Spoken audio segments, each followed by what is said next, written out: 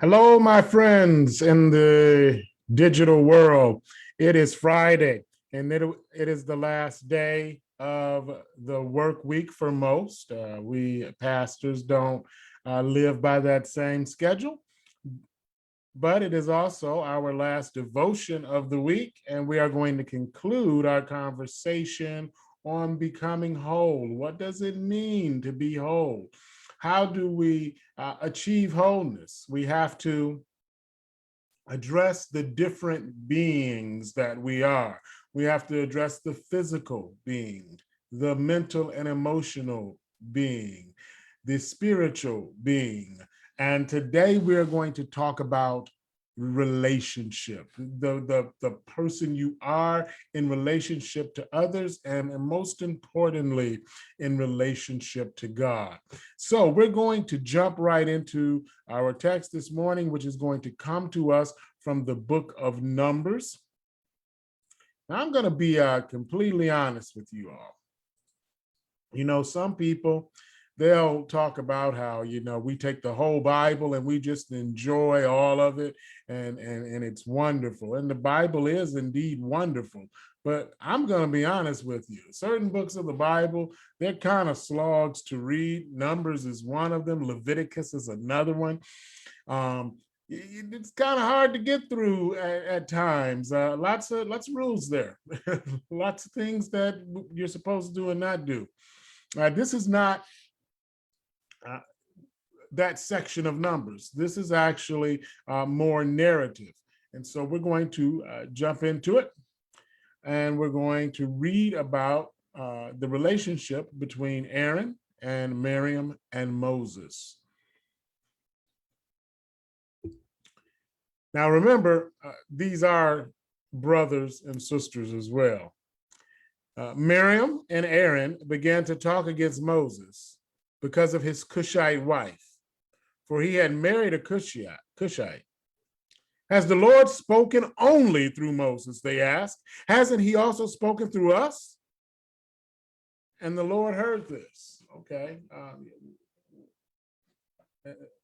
So the brother and the sister they're jealous is basically what it comes down to.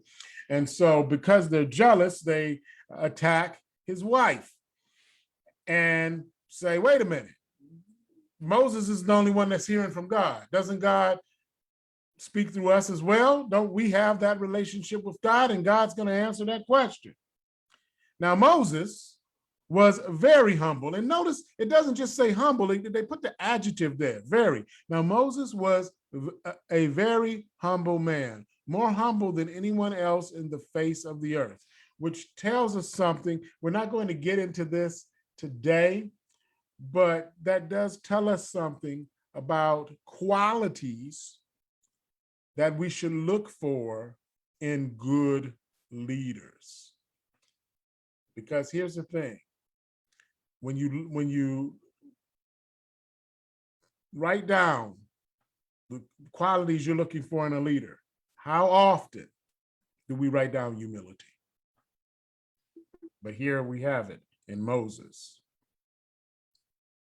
And once the Lord said to Moses, Aaron, and Miriam, come out of the tent of meeting, all three of you. So the three of them went out. Then the Lord came down in a pillar of cloud. He stood at the entrance of the tent and summoned Aaron and Miriam. When the two of them stepped forward, he said, listen to my words.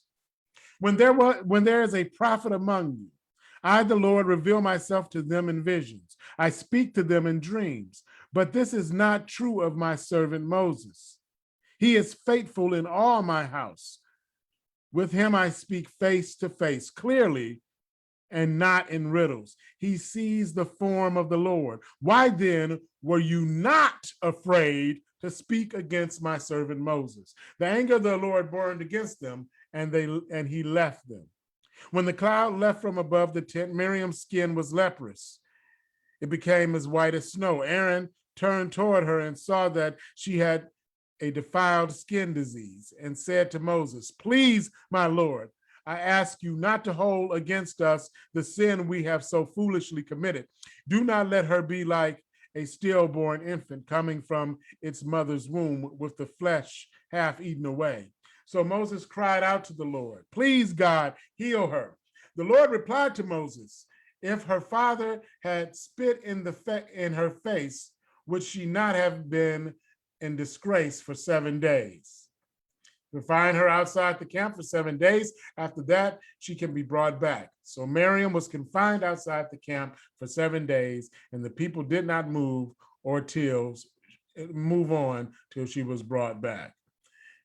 After that, the people left Hazeroth and encamped in the desert of Purim.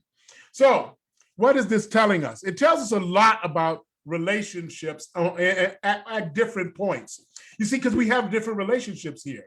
We have the relationship between Miriam and Aaron.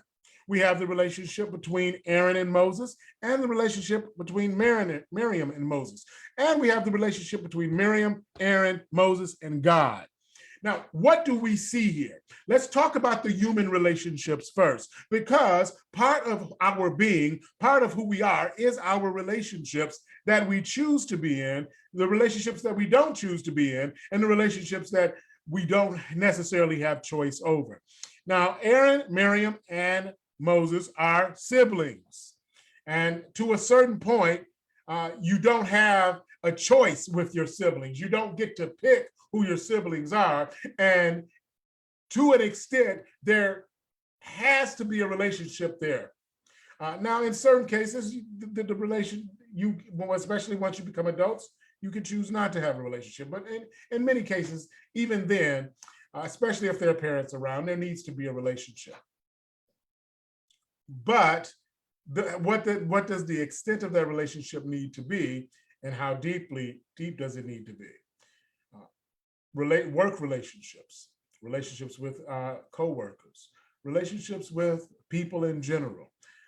We as human beings are a relational people, so we have to have relationships, but we have to sometimes curate those relationships, because remember, and part of this wholeness is not just our health and our relationships. It's our mental, it's our emotional, it's our physical, and it's our spiritual health. And relationships can affect all of those things. Relationships can affect our mental and emotional health. And because our mental and emotional health is affected, our physical health can be affected. And all of those things can, of course, affect our spiritual health. So we want to be aware of our relationships and how they are affecting us. That is the reason why, in many cases, and I'm sure that some of you have noticed this, friendship relationships, which are relationships that we choose, sometimes can be closer than relationships with family. Now, I can't speak to the relationship with siblings. I'm an only child, so I didn't have any siblings. I have boys. I can speak to how their relationship is, but personally, I don't know what that relationship is like, but I do know what it's like to have relationships with good, close friends. I have a group of friends that many of them have been my friends for over 30 years. We don't live in the same place, but I know that I can count on them. I love them each like brothers. I'm not going to call out names. If they watch this, they know who they are. But those relationships help to fulfill me. They help to me to be healthy, not only in my relationships, but in my mental and my physical and my spiritual. But the number one relationship, and we see this in the text, is the relationship that we have with God. The text tells us that Moses was a humble leader. Miriam and Aaron spoke out against her, and God himself comes to the defense of Moses. What happens after that? He says, "How dare you?" He's basically, "How dare you speak against the one with whom I speak face to face?" And he goes away, and then Miriam is leprous. What does Aaron do? Does Aaron plead directly to God? No, he doesn't. He goes to Moses and says, Moses, you go to God. And what does Moses do? Here, his brother and sister, his family, they're speaking out against him. He's getting too much credit. God doesn't only speak through him. And he married that Cushite woman. This family of his brother and sister, they've spoken out against his relationship with God. They've spoken out against his wife. And what does he do? He goes to God and prays for her. And God says, well, I'm going to heal her, but it's going to take 7 days for her to become clean. Our relationship with God is our most important relationship. More important than family, more important than friends. It is because that relationship, the relationship we have with God, is going to have an effect on those other relationships. It is Moses' relationship with God which allows for him to have the humility and the grace to not just throw his sister away, even though it was his sister who was attacking his wife and attacking him and attacking his relationship with God. It was his relationship with God which allowed for him to grant that grace and kindness to his sister, something that she might not have given to him in exchange. So we want to cultivate our relationship, the relationship that we have with our Creator, because that relationship is what is going to allow for us to truly become whole. Because it is that relationship that is going to allow us to know when we need to go to God for in those other areas. We're having an issue with our physical being. When do we need to go to God with that? We're having an issue with our mental and emotional being. When do we need to go to God with that? And of course, in issues of spirituality, we're always going to God with those. The bottom line here, my friends, is that if we are going to truly be a whole person, we have to have a relationship with God. We have to have, not should have. If we're truly going to be whole, we have to have a relationship with God, because that relationship with God is what is going to help to make us whole in those other areas. With that, I hope that you have gotten something out of this study on wholeness. Just to recap, we have our physical being. That is, of course, taking care of this temple, this body that God has given us. We have our spiritual being. That is, that talks about how we build this relationship with God through prayer and through study. We have our mental and emotional being. And once again, as I don't think I can say too much in that area. If we need help becoming whole, please seek it out. And then there's our relational being, how we are in relationship with others and how we are in relationship with God.